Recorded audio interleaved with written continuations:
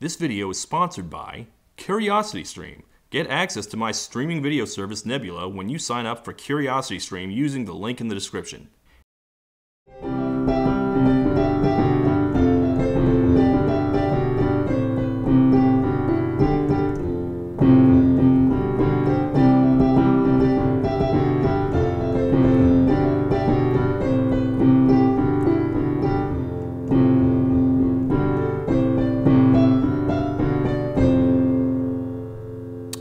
Welcome back to One Hit Wonderland. We take a look at bands and artists known for only one song.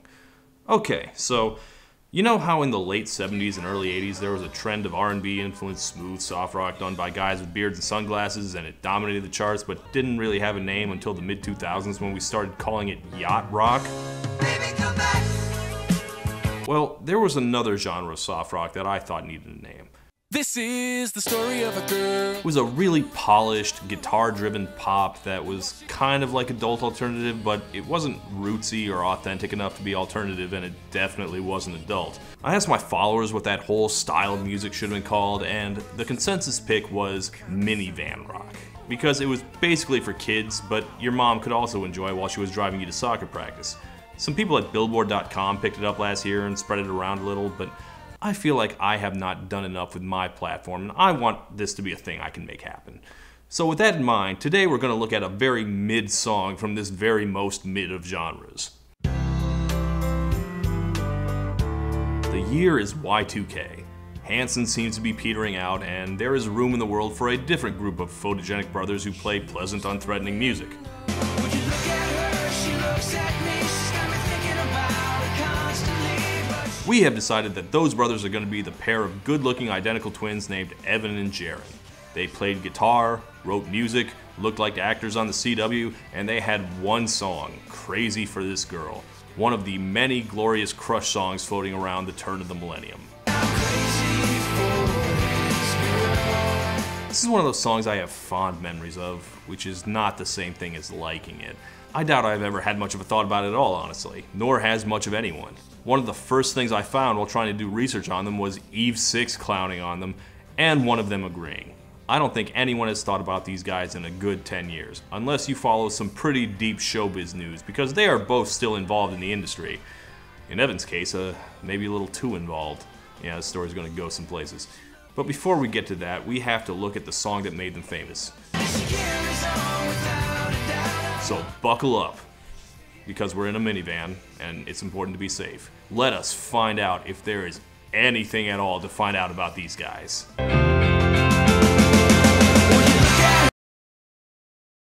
Our story begins with Jimmy Buffett. Yeah, Jimmy Buffett. Let's have some fun.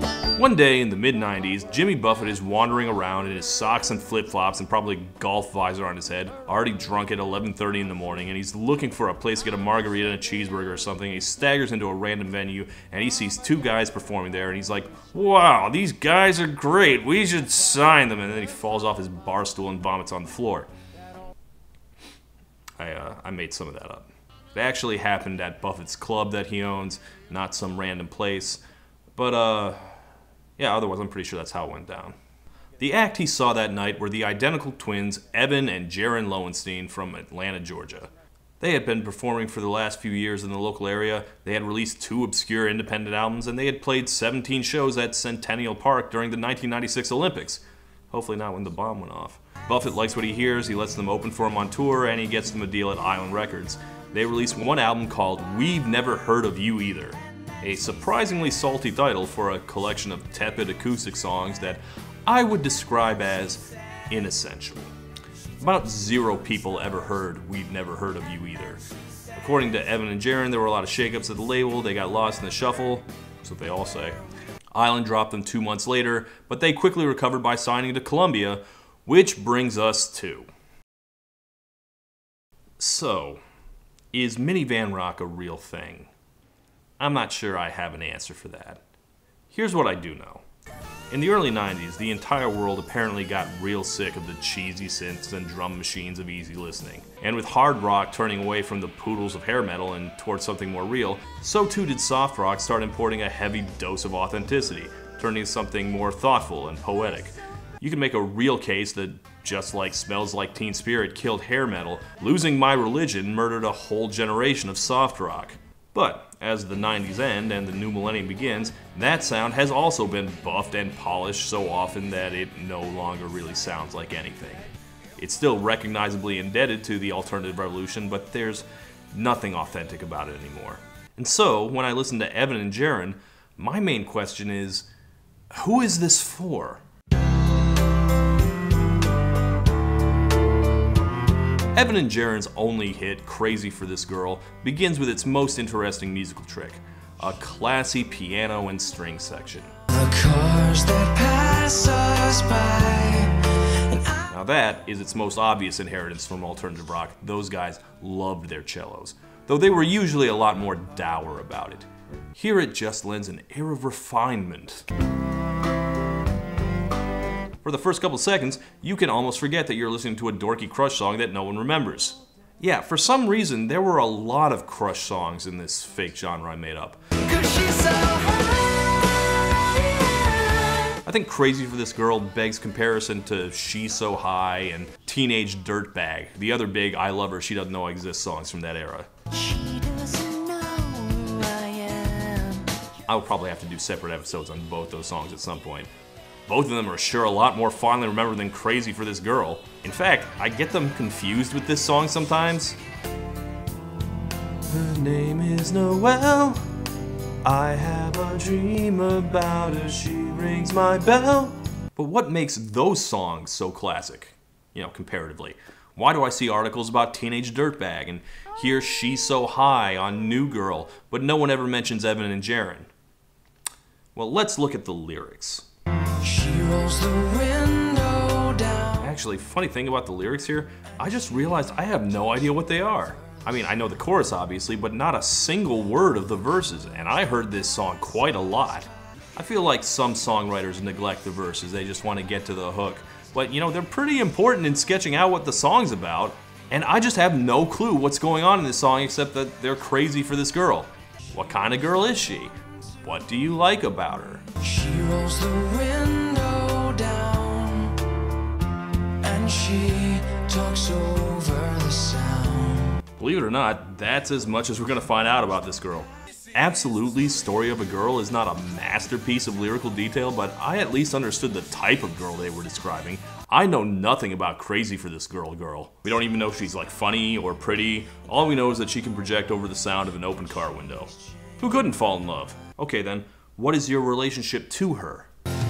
She was the one to hold me the night the sky fell down. Okay, she's someone who was there for him during a bad time, and that's when he started to have feelings for her.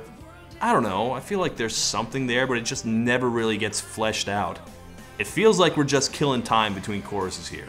Now, you look at She's So High and Teenage Dirtbag, one thing they both get right is that they get the girl at the end. But what happens in this song? I have no idea.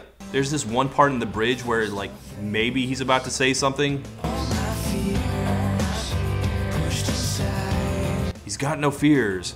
I assume he's about to say how he feels here, and then who knows, maybe he gets shot the fuck down. See here, this blank area where nothing is happening. How is there not like a solo here? Or if you're not gonna put in a solo, then kiss the damn girl or something. This song just feels fundamentally unfinished. But when I ask who is this for, I am not saying that it's for nobody. It was a hit song, and there were a lot of songs like it. I'm just saying I can't really pinpoint its intended audience. The kids without a scene, I guess. Kids who like rock, but not to the extent that they want to annoy their parents. But the thing about Evan and Jaron specifically, and I can't believe I didn't realize this already, this song is for girls. Like Teenage Dirtbag is for boys who relate to being a teenage dirtbag. But this song is not really meant to be related to. It's aimed at the same teeny bopper audience who just want cute boys to sing about being in love with them. They were pretty emphatic that they were not a boy band. You know, we actually play our instruments. This was a thing people cared about at the time. But whenever they came up, they're always called a boy band. Like all their hype was in Teen Beat magazines, or they were about how cute they were. You'd never think this was a band discovered by Jimmy Buffett or who cited Simon and Garfunkel as an influence. They were basically trying to be the boy band for girls who hate boy bands. Like, do you think NSYNC is lame? Or maybe you're just not ready for their aggressive sexuality? Then Evan and Jaron's more gentle approach is for you. I mean, I'm just guessing. I'm just trying to figure out who they were marketing to. Whoever it was, it didn't work. Their audience never really materialized. Mostly they just ended up with a boy band without any of the fun parts. So maybe the song's not super memorable. But you know, there is something to be said for just being a well-constructed pop song with a nice, strong, catchy hook. Yeah, maybe it's not this like perfect pop gem. It does not transcend or anything, but I feel like it earned whatever success it had. When I look at her, she looks at me. I mean, you all know this chorus. Or if you didn't, you'll remember it after this video. That's not nothing. Crazy for This Girl peaked in the early months of 2001 at number 15. That sounds about right to me. So, your hit has established you as either a rock band with no cred or a boy band that doesn't dance. Where do you go from here? According to Evan and Jaron, the thing that stopped their momentum was disagreement among the label about what the next single should be. Some of the executives thought it should be From My Head to My Heart. Some thought it should be The Distance. I guess the first one won out, so why don't we look at that? Once again, I just can't get it straight. Having listened to their album, I can say that I do see what they were going for. They have the instincts to be a solid power pop outfit like Fountains of Wayne or Semisonic. Unfortunately, to my eternal frustration, things that sound like Fountains of Wayne do not tend to become hits. You've always understood my intentions are good, and been so close from the start. But the furthest distance I've ever known is from my head to my heart. I would say that this is probably their best song. It's better than Crazy for This Girl, but not necessarily more deserving to be a hit. Like, the hook isn't quite as strong, and it was originally released in the 90s off the Runaway Bride soundtrack, and weirdly enough, you can tell. You still want me to, we can see it through from my head. 2 years is a short amount of time, but you can already see that the moment for this particular sound had kind of passed. Also, the TRL audience of screaming teenage girls they picked up were not gonna go nuts for this. Like, oh, I love classic 60s inspired power pop, ah!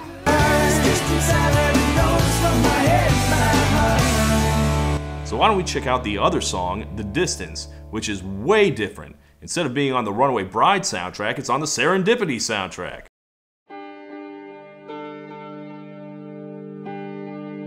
The sky has lost its color. I can't take the distance.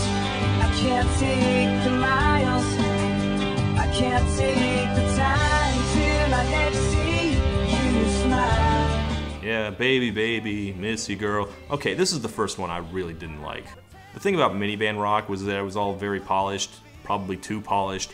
But this is even more edgeless than that. This is inching up close to Christian music territory. And it will not surprise you to know that Evan and Jaron were in fact very religious. In fact, that was a pretty common thing in minivan rock, which I guess basically was just contemporary Christian music for the secular market. A whole bunch of these bands had connections with the Christian music audience, and then they'd have to clarify to the press, like, yeah, we're Christians in a band, but we're not a Christian band. Creed, Lifehouse, Switchfoot, Sixpence None the Richer, they all did this dance. So it should be no surprise that Evan and Jaron were part of this also. Except, one little wrinkle here. You do remember I said their last name was Lowenstein, right? Yes, Evan and Jaron are the only observant Orthodox Jews I've ever heard about in rock history. And yes, they were very serious about this. They turned down a gig to open for Oasis because it happened on Rosh Hashanah. They turned down a whole tour with Stevie Nicks because they wouldn't do shows on the Sabbath. More fucking shows. Oh, fuck. Did this affect their career? I don't know. Can't imagine it helped. Unlike Creed playing footsie with the Christian music crowd, there's not really a big religious Jewish music market to cross over to. Not that their music was especially spiritual to begin with. They weren't Modest Yahoo or anything. As for the song itself, I don't know if even Evan and Jaron themselves can remember how this one goes. I would describe it as inessential. Ultimately, there was just nothing interesting about them besides being really, really ridiculously good looking. After a couple undistinguished years of showing up in the background of rom-coms and teen dramas, they were once again without a label. Hey, that's me. I'm Evan. And I'm Jaron. Yeah, you might remember us from that song Crazy for This Girl we had a couple years back. No? Well, that's okay. If not, you'll get to know us as we go across the country in search of America's most interesting characters. I have no idea what show this is. It was some thing they did on the USA Network in 2006 that went on for 5 episodes. But that was just one pit stop in Evan and Jaron's very odd post-hit afterlife. I mean, it starts out normal. After leaving Columbia, they said they had other major offers, but after being dicked over by 2 labels, they were just too burnt out and miserable to really continue. Instead, they put out one last album independently in 2004. I would describe it as, well, you know. The album does nothing, and Evan, who's been married this entire time, quits to spend more time with his family. So what happens from there? Well, Jaron continues with music. In fact, he does what a lot of washed-up rock singers did in the 2000s, and he goes country. And it starts out surprisingly well for him. I haven't been to church since I don't remember when. He starts a new band called Jaron and the Long Road to Love, and in 2010 he has a mid-level hit in Nashville called Pray For You, where he deals with heartbreak by doing the noble thing and sending thoughts and prayers to his ex-girlfriend. I pray your brakes go out running down a hill. I pray a flower pot falls from a windowsill and knocks you in the head like I'd like to. I'm not sure wishing violence on a woman plays quite as well 10 years later, but I thought this was funny at the time. Your birthday comes and nobody calls. I pray your I like to believe that this is the same girl from Crazy for This Girl. I mean, that seemed like a pretty shallow crush, right? It was always gonna end like this. I pray for you. But country music fame was not in the cards for him. Why?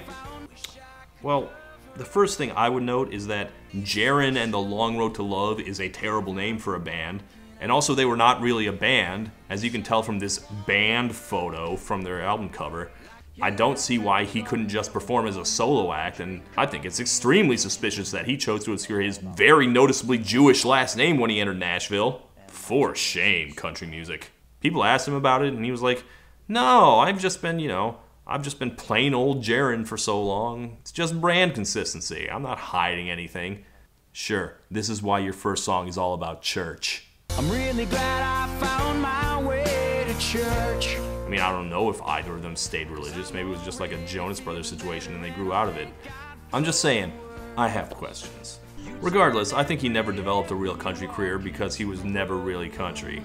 That album sounds exactly like his minivan rock career with his brother. I didn't really go country as much as I'm just looking for my audience. He started another band that didn't go anywhere, and you know, that's it for music for him. His own Twitter bio describes him as a one-hit wonder twice. I kind of love it when that happens. I have a couple other double one-hit wonders lined up. Anyway, he stayed in the business. He's now the general manager of Postmodern Jukebox, the music collective and YouTube channel that dares to ask, what if Richard Cheese, but you could actually listen to it more than once? Evan, meanwhile, went into business. His first venture of note was in 2006, where he wound up on some kind of Shark Tank type show called American Inventor. And Evan just randomly auditions for it, like, hi, I'm Evan from pop music's Evan and Jaron. You may remember me from such hits as... Would you look at her, she looks at me. Anyway, I invented a bowl. Look at this bowl I made. It's worth a fortune. Come help me sell this bowl. I don't think he got rich off his bowl. But he had a more interesting venture next time around. He got some money from Jimmy Buffett to fund a new streaming platform called Stage It for musicians to live stream performances. I found a lot of interviews from about 10 years ago where he's trying to drum up interest to small crowds at tech conventions. I had never heard of it, and most people hadn't heard of it either, but it did well enough to scratch by for 10 years until March of 2020 when, oops, the world ends. And with everyone trapped indoors, Evan's Twitch for Music platform suddenly becomes extremely lucrative. It got acquired by a bigger company a couple months ago, so I'm sure Evan is just rolling in money right now. And I'm glad that's going well for him, because Evan's other major venture is not going great at all.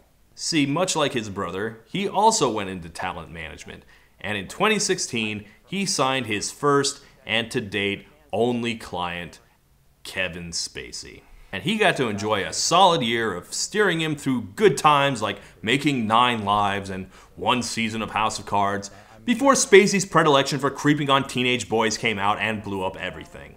But Evan has stuck with Spacey.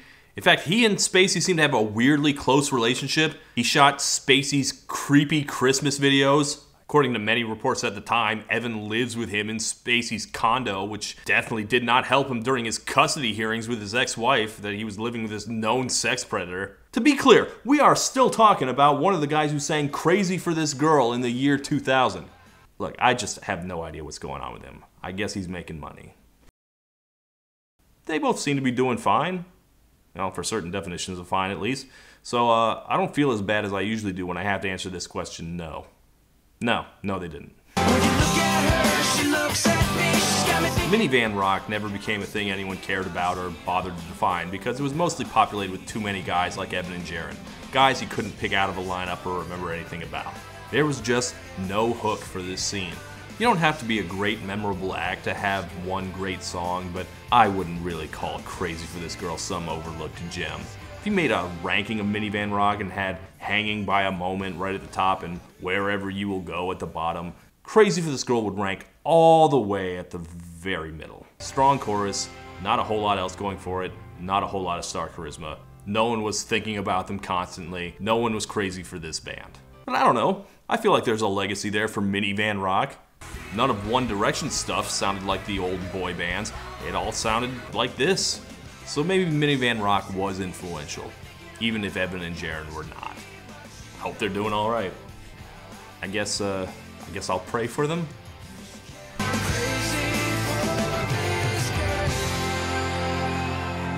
Well, that was fun. But before we finish, I have to talk to you about CuriosityStream. Now, if you have listened to any of my videos, you have heard me complaining about music that seems like it was made by an algorithm.